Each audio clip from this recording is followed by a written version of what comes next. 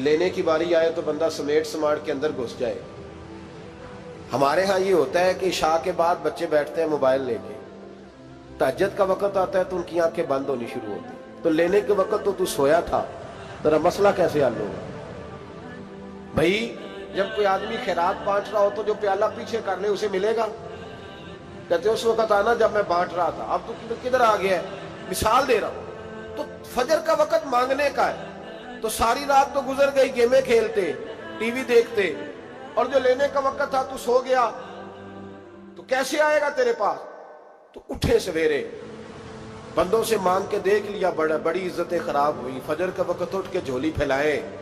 میرے رسول پاک علیہ السلام فرماتے ہیں, رب فرماتے ہیں جب بندے میرے آگے جھولی پھیلاتے ہیں مجھے شرم آتی ہے, کیسے خالی واپس کر دوں؟ تو اس کے سامنے جھولی